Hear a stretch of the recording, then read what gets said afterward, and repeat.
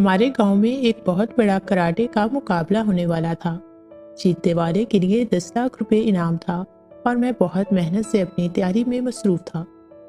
वैसे तो मैं बहुत खुश था क्योंकि जिस मेहनत और लगन से मैं तैयारी कर रहा था, मुझे लग रहा था कि मैं ही जीतूंगा। लेकिन इस बात का डर था कि कहीं राजू कराटे मास्टर एजाज ना जीत जाए। राजू कराटे में चैंपियन था और वो पहले भी बहुत से इनामात जीत चुका था। मुझे कराटे का बहुत शौक था, इसलिए मैंने इस मुकाबले में हिस्सा लिया था। मुझे बेसब्री से उस दिन का इंतज़ार था जिस दिन कराटे का मुकाबला होने वाला था। आखिर वो दिन आ ही गया।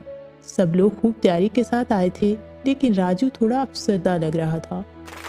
मुकाबला शुरू हो गया। सख्त मेहनत के बाद मैंने मुकाबला जीत लिया, लेकिन हैरत भी हो रही थी कि राजू कैसे हार गया। मुझे यकीन नहीं आ रहा था कि मैं जीत गया हूँ। राजू कुछ परेशान सा लग रहा था।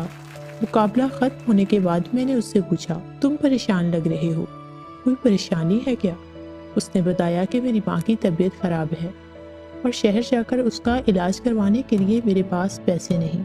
मैंने मुकाबले में हिस्सा इसीलिए लिया था कि अगर मैं जीत जाऊंगा तो मुझे पैसे मिल जाएंगे, लेकिन माँ का ख्याल रखने की वजह से तैयारी ना कर पाया, इसीलिए तुमसे हार गया।